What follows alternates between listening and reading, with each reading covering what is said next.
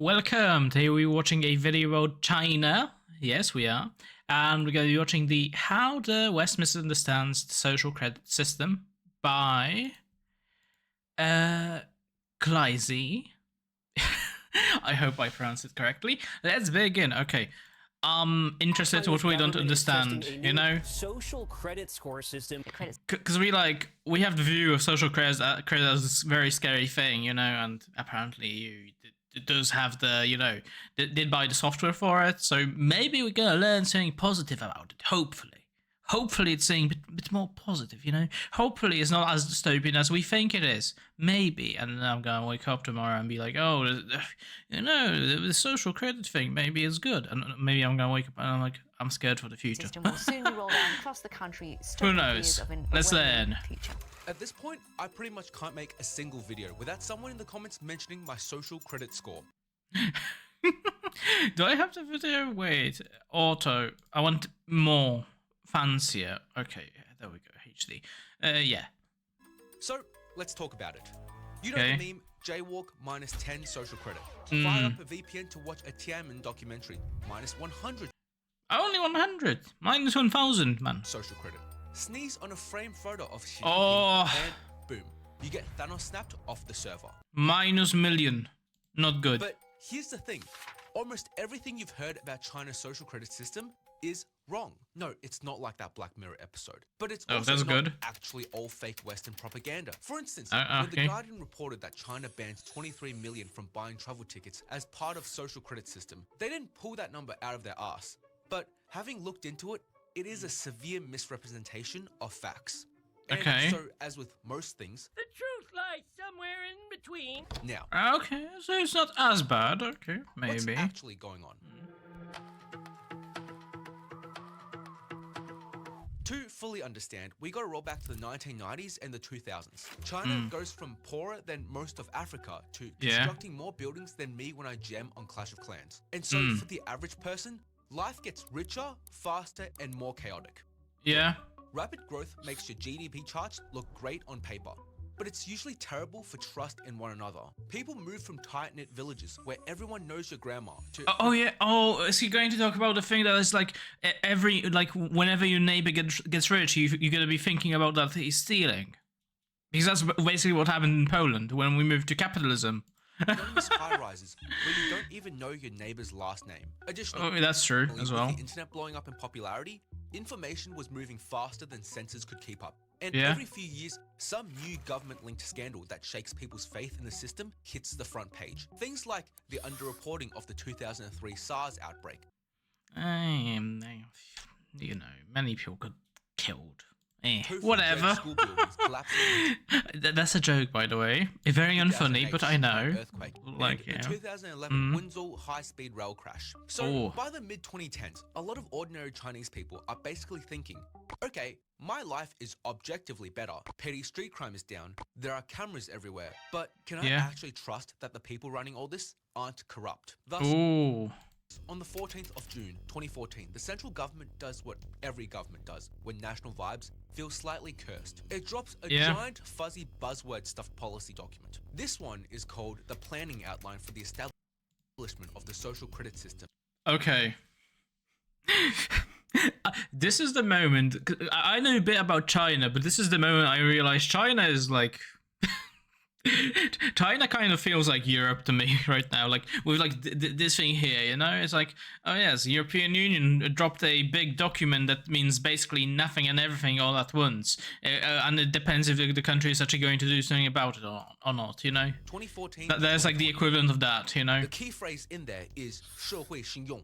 A direct English translation for it would in fact be social credit. But in context, along with the document, it's closer to public trust or social trustworthiness. For example, is this like in Psychopaths, you know, that they have like this, you know, they point a gun, you know, the Psychopath's gun, and it's going to be like, oh yeah, this person is mentally fine. We don't have to shoot them. Like it doesn't trigger. guy lost 43 points for day drinking on a Tuesday. It's more like, is this person trustworthy?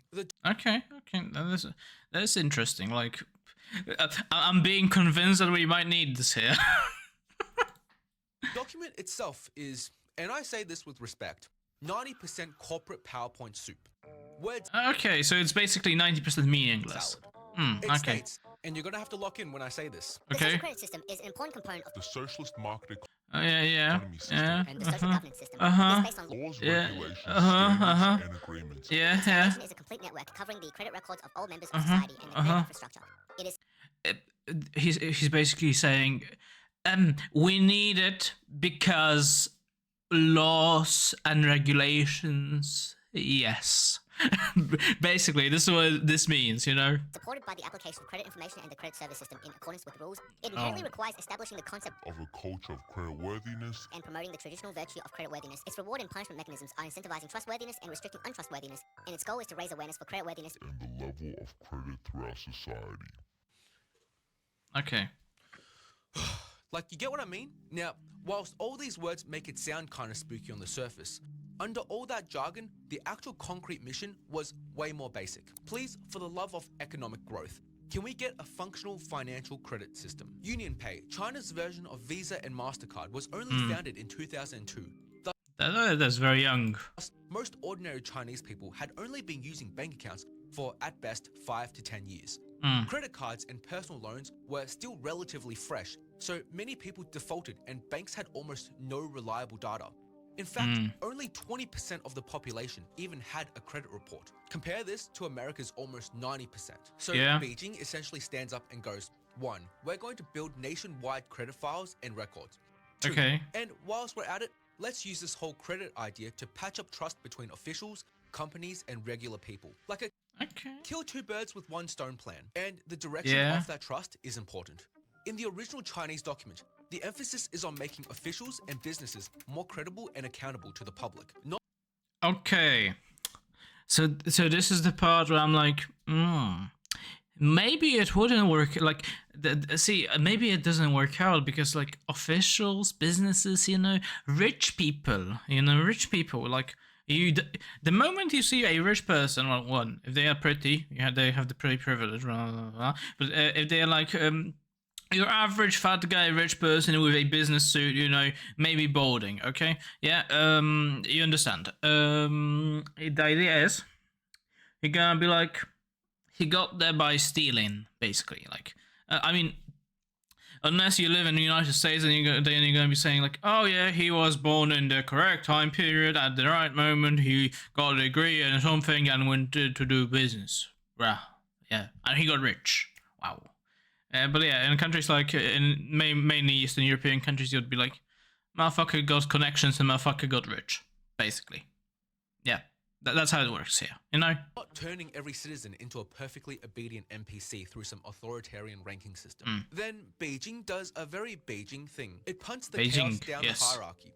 The government writes a vague, vibes-based outline called the policy document. Okay. And these types of documents are regularly updated on the Chinese government website, which I mean, that's good, maybe. Like, I'm very positive when things get updated and maybe things get deleted sometimes, you know?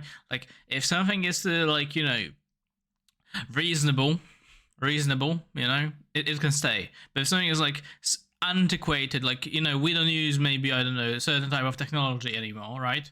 Then, yeah, maybe delete that, you know? is open for everyone to see. Anyway, provinces and cities get told, here's the general direction, you figure out the implementation. Local governments start experimenting, sometimes creatively, sometimes unhinged. If something looks good, Beijing goes, yes, excellent. That was obviously my plan all along. However, if it explodes in their face, well, some unlucky politician gets quietly yeeted from their job. And I'm very. This is one of those things I'm very positive about when it goes to China. Like, I'm gonna be glazing China a bit in this video probably, but I like what they do to like politicians when they screw up. We need that in Europe. We need that in the United States. Like, we don't need like over here in Poland, for example, we had a politician that was doing very nasty things with certain government, right? Yes, the certain government, not Polish government, you know. He basically equivalent of treason, probably. I would say maybe. I don't know. And he just, he just moved to a different country so he couldn't be persecuted, basically, right? And if he ever comes back, then he probably would be persecuted, but like, whatever, you know? But like, more efficient system to, like, you know, eat politicians out, get new politicians in would be pretty beneficial, I would say. Pretty beneficial, you know? And maybe we need that in, like, Germany, maybe France, you know, EU as a whole would be good, you know, a European Union, the European Union Committee, that would be fantastic, you know, and, you know, over there in the United States, I don't know how you feel about that, but maybe you might want that, you know, as well. Really keep this in mind because it becomes very relevant later in the video. So for almost a year, nobody in the West even blinked at this 2014 plan. Then on April 25th, 2015, a Dutch newspaper, De Volkskrant, runs a piece on it and interviews Roger Creemers, a Chinese scholar at Leiden University. And this is where the timeline branches. In the official party document, there is a phrase, Unified Social Credit Score, 统一社会信用代码. In fluent party speak, that basically means a standardized ID number used across agencies, so we can share information. Like giving every company and official a unified tax or business number. But Creemer's interpretation gets taken as every citizen will eventually have one single score that controls everything in their life. Well, that sounds like total BS to me. Like, this is completely different, like... Can we go back, by the way? Sir, can we go back? I want to look at the person. Plan. Then, on April 25th, 2015, a Dutch newspaper, De Volkskrant, runs a piece on it and interviews Roger Creemers, a He's not Chinese. He doesn't look Chinese. He's a white person, by the way. A white person speaking about Chinese things. Yeah, I don't think I would, like, trust that guy, obviously. But, like, This is like the equivalent of me talking about African people, you know? You would not trust me talking about African people. I know jack shit about Africa. I know the countries, I know colonialism, and I know maybe a little bit about northern part of Africa, at least, and that's it. I don't know anything about, like, Uganda, you know. So yeah, that's basically of that, you know. Maybe because he's a scholar, obviously, like, he's a scholar, but, like, I don't think he would know fluent Chinese to a degree that he would, like, you know, be able to, like, understand party documents and stuff like that, you know? He doesn't look like that guy. Maybe I'm just hating on him because he's white. Just like me here, just like, yes, I like being white myself, you know, but I'm gonna hate on this guy because he's a white person talking about Chinese people, you know? just like, yeah, whatever, you know, whatever. But, like, yeah, he fumbled. My man here fumbled, you know? Chinese scholar at Leiden University. And this is where the timeline branches. In the official party document, there is a phrase, Unified Social Credit Score, 统一社会信用代码. In fluent party speak, that basically means a standardized ID number used across agencies, so we can share information, like giving every company and official a unified tax or business number. But Creemers... Yeah, so basically, unless everyone becomes a quote-unquote business as in one-man business, basically, equivalent of that, you know, then nobody, like, then only businesses need, like, the self-ID. Like, individuals don't really need that, I feel like. Interpretation gets taken as every citizen will eventually have one single score that controls everything in their life. Like a 3-digit morality number that decides your job, your flights, your love life, and your ability to buy what skins on League of Legends. And that idea becomes the first recorded case for the Black Mirror style social credit myth. In reality, what Beijing was actually saying was closer to, look, if some county agriculture official steals grant money for himself, maybe the Energy Bureau should know that before accidentally giving him another pile of cash for power lines. Well, that sounds smart to me. They wanted different parts of the bureaucracy to share data about officials and companies. Honestly? Not calculate. They wanted different parts of the bureaucracy. I feel like this sort of system sounds pretty decent to me. You know, like, see, the thing is, I'm, like, very much into, like, I read a lot of articles about media, like, corruption of politicians in media, you know, and I'm like, oh, god damn it, another million wasted, like, fuck's sake. And I'm like, we need to do something about it. And I'm like, maybe this could do it, you know? But then they would, like, you know, need to wash hands between each other. basic, but there's like accountability between like, you know, ministries and stuff like that. So then someone would probably like say something like, oh yes, you know, the guy over there and then right did that and that, and that would go public and people would go mad, and well, since this is China, they would probably just eat the politician out the window basically. But since we live in Western society, yes, Western society, nothing would probably happen. Maybe the guy would like go to jail or something like that. Money is lost. Just like money is lost. That's like the worst thing ever. Money is lost. You hear me? Money is lost. You know, that could have went into housing or something. Could have made lives better. Could have done something. You know, and then instead we just wasted it. You know, it's so annoying. To share data about officials and companies, not calculate some real-time obedience score for ordinary people. But yeah. Here's the problem. Almost nobody in Western media reads Chinese, let alone understand official Communist Party jargon. And on top of that, considering the bad reputation China had on the world stage at that time, a dystopian AI-powered people rating system sounds exactly like something a sci-fi version of China would do.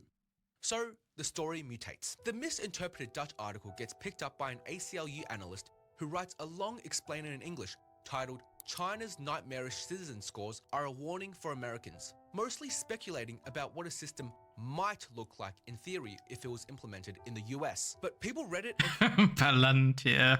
I love this, like, Palantir dropping by. thought it was a breakdown of something that already existed in full in China. Questions about it got so bad that the writer of the article had to make an update, even clarifying and admitting that he had a lack of direct knowledge of the source's accuracy. And oh my days. He fumbled as well, another one. At least he apologized. More explicit in offering caution given the language and cultural barriers between the United States and China. But who reads?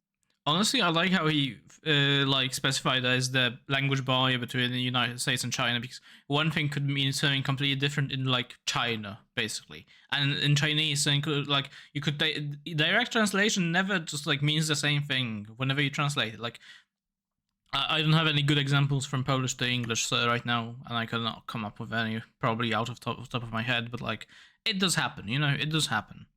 Updates, right? Then mainstream US outlets jump in. A few segments mash together footage of apps, touchscreen kiosks, and separate blacklist systems, and present the montage as proof of a single nationwide real-time AI social score that rules your life. Your life will be grave if you misbehave. China, the country, not the fine dinnerware, has rolled out a social credit system to spy on the behavior of its massive population. By 2018-2019, China's social credit system is everywhere. Politicians denounce it in speeches. Commentators call it the end of privacy. Social feeds are full of infographics explaining how you lose points for buying too many video games or having unpatriotic friends. And if your social credit score falls below a certain level, you can't buy drinks from a vending machine. You can't play video games. You can't go on a train. You can't get out of your 50. See, sometimes, like, you know, the sci-fi-ish, the very fake idea of social credit system. Like, maybe we do need that for some people. Just saying this, you know, just throwing this out there. Maybe we do need that for some people, you know, why not? Because some people are freaking morons, and maybe they deserve to not play video games, and maybe they do not deserve to, like, you know, go on a train, because they don't even use train, they use car. Maybe they don't deserve to have a car. Maybe, you know. Blah, blah, blah, blah, you know. Because, see, that's like more of a punishment than like sending them to jail. Because jail, I mean, like, for petty crimes, you know? Maybe social credit system for petty crimes. Huh. That would be good. I'm throwing this out there, you know? Maybe some politician would pick up that someday, you know? That would be interesting. I would like to see this. Like, this would be a good experiment, you know? It's already in place in China. More or less, the myths became everyone has a personal score, usually between 350 and 950. Alibaba and Tencent are secretly running it. Your friends and families Alibaba and Tencent are secretly running it, bro. behavior drags your score up or So it's because Tencent owns Riot Games, right? So my whenever I say something like minus 100 credit score to someone, then does that mean the credit score drops if they ever come to China or something? high scores unlock visas, upgrades, and travel perks. Low scores ban you from planes and trains. Does high score give you like, you know, cheaper travel or something? Hit 0 and Ah, okay. most of that is either partially wrong, wildly ripped from context, or just straight up dystopian fanfic. Meanwhile, inside China, the actual public trust system is quietly taking shape in 3 main chunks. Now, before we dive into those, let me just say, if the internet is going to keep screaming these half-baked takes about China, Raycon. you may as well upgrade what you're listening on. Which brings me to today's sponsor. I haven't seen Raycon ad in like a whole year, basically. So even before this sponsor came along, I've actually been using the Raycon Everyday Earbuds Classics for almost a year now, and somehow they've managed to make them even better by adding the one feature that was missing: active noise cancellation. I've been loving this because I wear these pretty much everywhere I go. Whenever I want to shut the world out, I just flick on noise cancellation and everything else fades into the background. Pair that with up to 8 hours of playtime and 32 hours of battery life with the case, and these are pretty much glued to my ears. They're super comfortable, and I use awareness mode all the time when I still need to hear what's going on around me. So if you want to try them out, go to buyraycon.com/clays right now to get up to 20% off the fan favorite Everyday Earbuds Classics. Again, that's buyraycon.com/clays. You can click the link in the description or the pinned comment to get up to 20% off the Everyday Earbuds Classics and experience audio quality that rivals compares without the premium price. I have never worn like Raycons in my life. I cannot wear like, you know, earbuds. I think that's what they're called, yeah. I can't wear them, basically, because it hurts my ears, you know, very sensitive. Price tag. And of course, a huge thank you to Raycon for sponsoring this video. Now, let's get back to where we left off. Okay. First, the easy part, financial credit.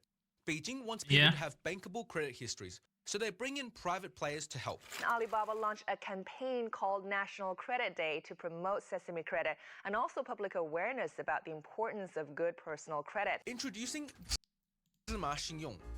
yeah, that's what the banks in the United States do, but they don't tell you that you should have good like credit because why would they? They want money. Also known in English as Sesame Credit, a product from an Alibaba affiliate. Western coverage often presents it as the social credit system, which would be the equivalent of saying your Starbucks rewards tier is your official citizenship rank. Sesame Credit does give you a 3-digit score from 350 to 950 based on your spending and repayment history inside the Alibaba ecosystem. Now, when it launched, Alibaba did... So let me understand this. Alibaba is basically the equivalent of Amazon in China, right? Right. I want some Chinese person like maybe move to West to comment here to tell me that, you know. Actually pitched the government on something much creepier. Hey, since we're a huge chunk of the Chinese internet, what if we combine purchase history plus social media behavior plus tightly controlled online speech to build hyper-accurate profiles for lending and rewards? Yeah. And visas. And Beijing, to its credit, pun absolutely intended, basically said, okay, no, that's a bit much. Based. This is what the West is doing right now, basically, to be honest. But like China was like progressive. They were like, no, this idea is not good.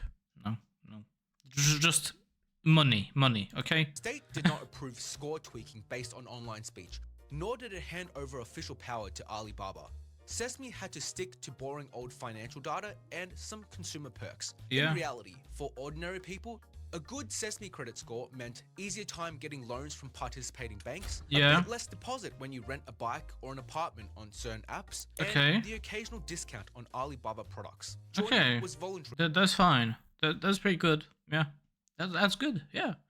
Honestly, he's selling me the social credit idea, and I'm like eating it up like baby food right now. You know, I'm here just like, maybe European Union needs that, you know. Just like maybe that one time when they were scaring me with the social credit system in the EU maybe it wasn't that bad. Maybe we do need it. Maybe it's gonna be good.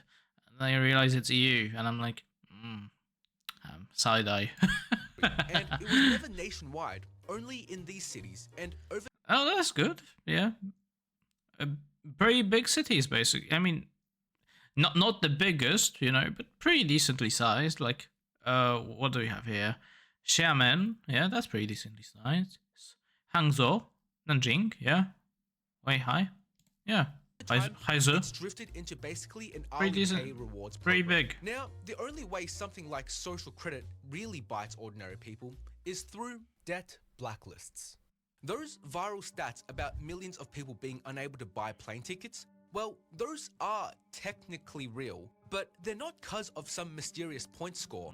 They're about court-ordered debt blacklists. Here's how it works. 1. Someone sues you in civil court, maybe over unpaid wages, a business dispute, or damages. 2. You lose, and the court decides you can pay. 3. Okay. You still don't pay. At that point, you get labeled a dishonest person subject to enforcement. And Okay. So this is what happens when you don't like you get a fine, you have to pay the fine, but you don't pay the fine, so it results in you being blacklisted from participating in everything the country basically gives. So this is actually like in my head right now. This doesn't sound too bad. Like maybe it's very bad, maybe like it's annoying, but like if you pay like okay. Unless you skewed your financial data somehow and you have to pay unreasonable amounts of money, right? Then, and you're not willing to pay it, then, well, yeah, you do you. You're gonna get punished, right? Like, like I wonder if they give them like the option of like, oh yeah, you can either pay this or go to jail for a certain amount of time. I don't know. Placed on a national blacklist. Once you're on that list, you can face bans on buying plane tickets. You know what the national blacklist reminds me of? You know, there's this game called Naraka Blade Point, right? Right? And every like week they give the list of banned individuals. You know, and this is what it reminds me of, kind of. I think Naraka Blade Point is also made by Chinese. I think. Actually, wait, I'm being racist now, don't I? I think it's Koreans. Please, I apologize to the people of China, People's Republic of China, and the people of South Korea. Yes, I made a fumble, you know. On high-speed rails, slow trains are still usually okay. Difficulty booking hotels, and in some extreme cases, your kids being blocked from expensive private schools. Again. Okay. I mean, okay, let's break this down. Bans on buying plane tickets, so you won't be going anywhere outside of China. That is fine. Bans on high-speed rails, so you won't be going missing in some random forest. Okay, that's fine. Difficulty, not getting banned, but difficulty booking hotels. That sounds pretty decent to me, because it's like, you're not a trustworthy person. How would a hotel know that you are not going to screw them over? Right, okay.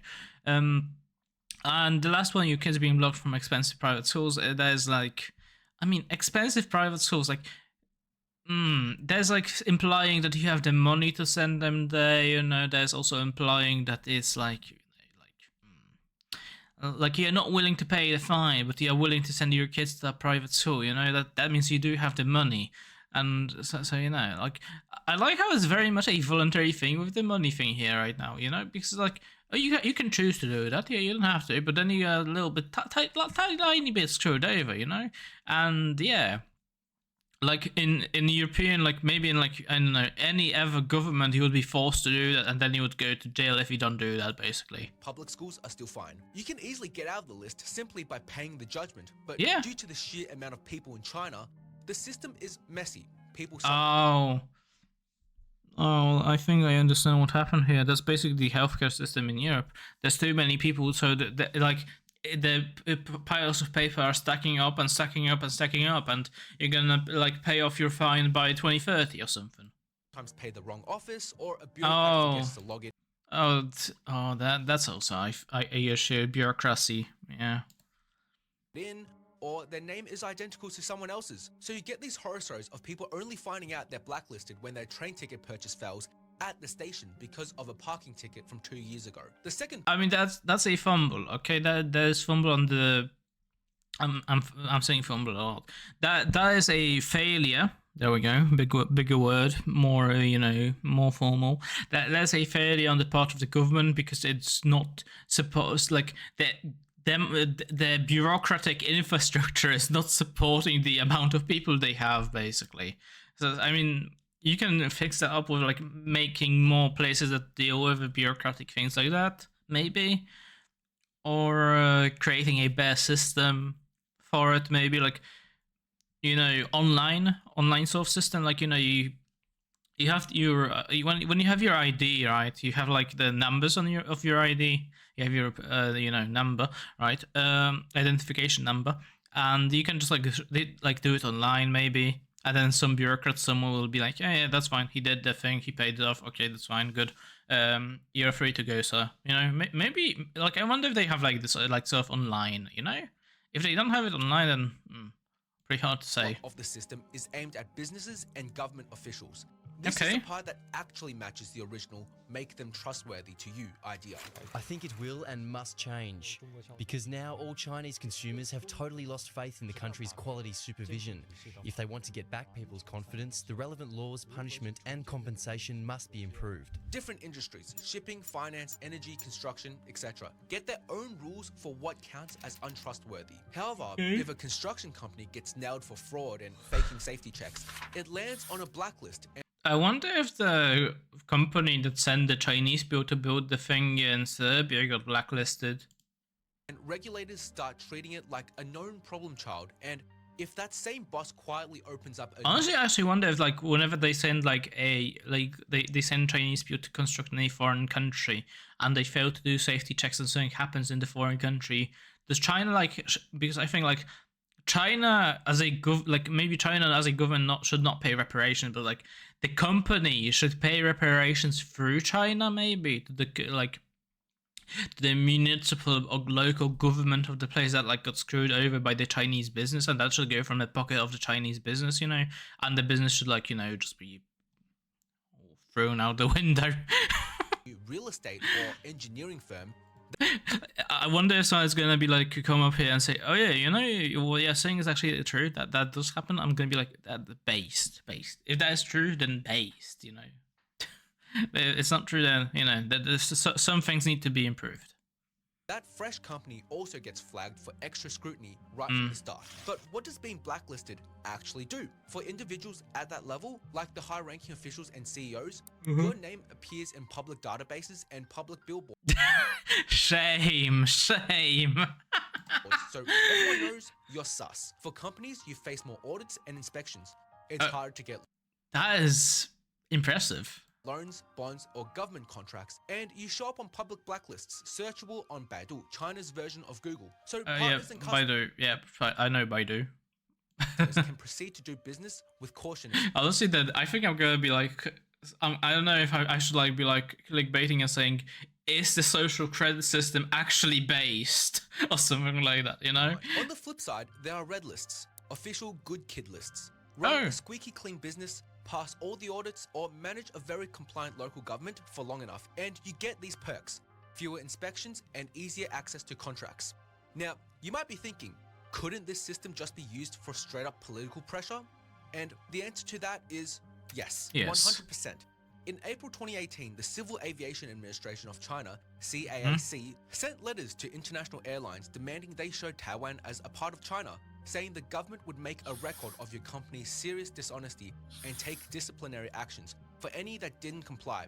They eventually all did. The system used to pressure the airlines was a pilot of the civil aviation industry credit measures, which is a part of the official social credit system. So again, not a global citizen score, but definitely a powerful tool the state uses to reach its political goals when it wants. Is this Black Mirror nightmare becoming a reality in China? So that wasn't China copying Black Mirror, that was Black Mirror copying China. And it's like that Black Mirror episode, right? There was an episode about this on Black Mirror. Remember at the There was an episode on this on Black Mirror. Welcome to Europe. start when I mentioned the government writes vague outlines and cities get told to essentially figure out the specifics? Well, introducing Rongchen. Rongchen is a small, by Chinese standards, coastal city of about 500,000 people. When Beijing dropped that vague 2014 outline, some local officials read it and went, yes. Clearly they want a fully gamified points-based citizen scoring system. Let's speedrun this. For a few years, every adult in Rongchen had a starting score and sat in one of 6 credit bands. Good deeds added points, bad deeds removed them. Some examples were lose points for stealing public service resources like toilet paper and tap water, joining an MLM scheme, posting negative information online, running red lights or jaywalking, aggressively blocking construction projects, Go back. information online, running red Only -5 credit score for jaywalking. That is not bad. Lights or jaywalking, aggressively blocking construction projects. I mean, that is very bad. Or being too rowdy, dancing in public squares. Game -5, that's fine. Yeah. I feel like if we ever have like social credit system, like -5 is like the base value of like, you know, doing something stupid basically that like doesn't do much. And then when you have like things like protesting or something like that, that is good old -100, honestly. Like if we ever get to introduce this sort of thing, I would like to, like, you know, I would like to be part of the national team that will like figure out the numbers, you know. Honestly, I would love to do that. I would be like, oh yeah, you killed a animal. Yeah, I think -1 million. Yeah, -1 million. Go straight to jail, you know. Points for shoveling snow for the community, mediating neighbor disputes, donating to charity or blood. Yeah, that's good. Winning sports awards. That's good. Sending your kids to the military. No. No, no, no, no, no, no. No, no, no, no, no. Sending kids, like, that is having one's children enlist or serve in the military. Is this like, because like the way he says it, okay? Donating to charity or blood, winning sports awards, Yeah. sending your kids to the military. Sending your kids to the military. That's, you know, bit questionable. I don't think you should have the choice of sending your kids to the military, honestly. I think they should have their own choice to do that, you know? Military, being rated a 5-star party member. And +15 for being a good boy.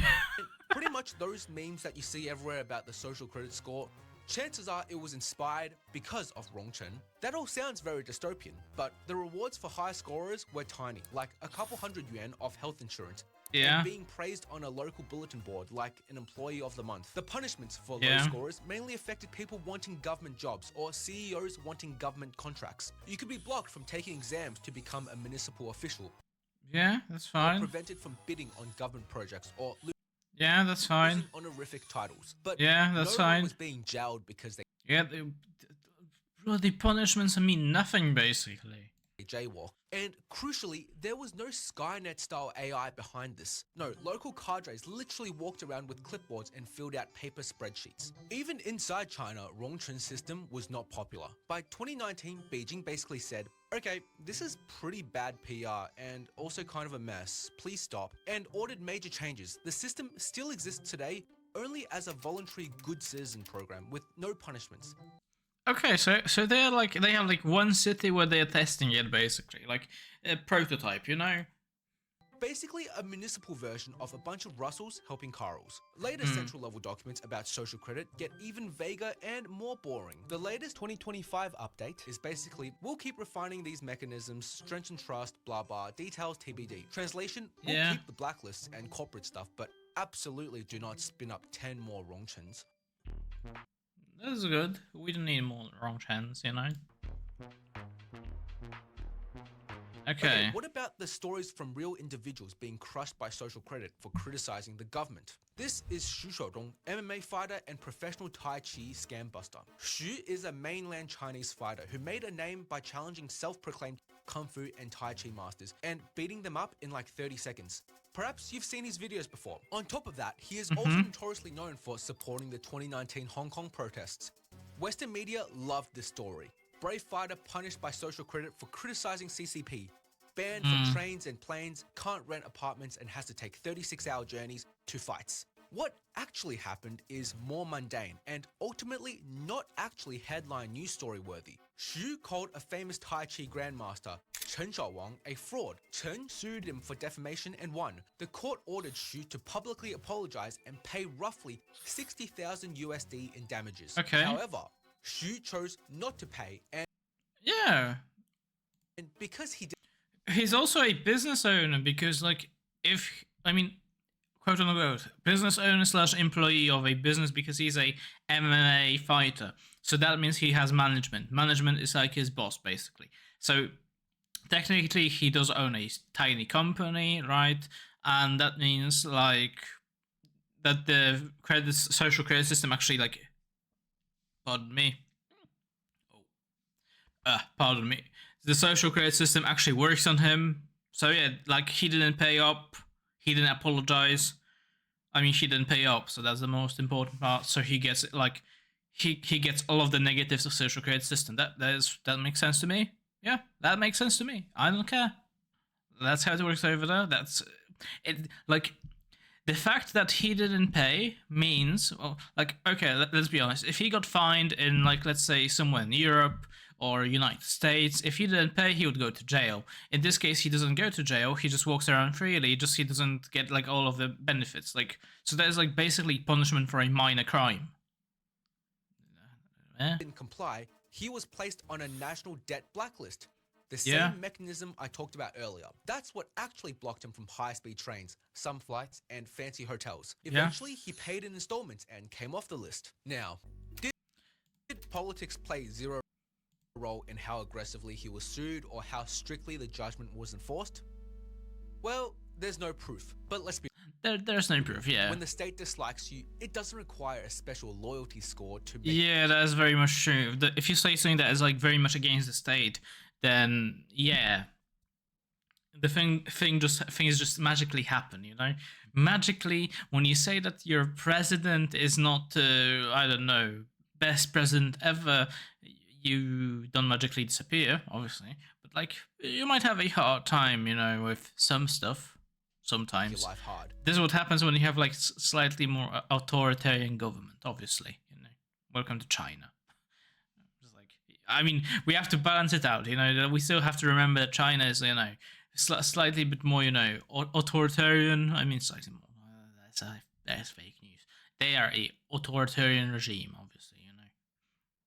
And like, still, I'm quite impressed with the way this system works. Like, it doesn't sound as bad as I thought it would be. Like, I would say that it might be useful in some countries, you know, in some countries outside of China, obviously. They can just selectively use the boring tools they already have. So if we line up the popular claims, what do we get? Every Chinese citizen has a 3-digit social credit score that controls their life.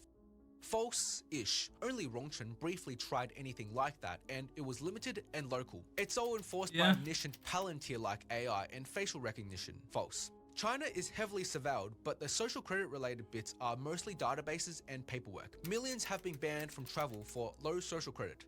Half true. Travel bans do hit millions of people on debt blacklists, but not people with bad vibes. Do enough bad things or have a low enough social credit score and you'll be jailed or even executed. No. Serious punishment runs through completely different systems. And finally, it's the main way the CCP enforces loyalty in the party. Again, false. The party has plenty of older, blunter tools for that. I like how he mentions older, blunter tools. That is a good way of saying it, you know? Myths that tankies say aren't great either. Social credit is just Western propaganda. It doesn't even exist. Wrong. Something called social credit does exist in Chinese policy. It's just way more boring and fragmented than the memes. It's just normal credit scores. Partly. There's financial credit, but also enforcement and anti-corruption tools with political uses. So, what should we take away? China absolutely has more rules, more surveillance, and more arbitrary enforcement than most Western countries. Though at this point, probably not more than America. Look. Probably not more than UK as well, honestly. You should still worry about how states, China, and your own uses data, debt, and trust labels to control people. But you don't need to fear that somewhere in Beijing, a server is quietly subtracting 50 points from your score because you watched a video on Tiananmen Square. If you've made it all the way to the end, thank you. I really appreciate you spending your time here, and I'd love to hear your thoughts as I read each and every comment. Oh, there's another video that I'm gonna be watching, by the way. Probably very soonish, because I'm interested. But like, this video here, I found it like on my, you know, like it was recommended to me on my YouTube homepage basically, and I was like, oh, that's interesting, you know, I don't know much about social credit, maybe it's not that bad, you know, and I'm like, yeah, like thinking that social credit, the way like it's implemented in China, can be actually like pretty based and it could be useful in European Union, like the way the system like in like the system works is pretty good, I would say. Like there isn't much like. The fact that if you do certain things and you don't pay up for whatever you did, makes you lose certain benefits that you get from like the government, right? It's pretty decent in my opinion, you know? Because it's like, oh, you don't want to pay up? Okay, we're gonna take away your capability to travel like by train or something, you know? So that doesn't sound bad, honestly, like when you think about it, right?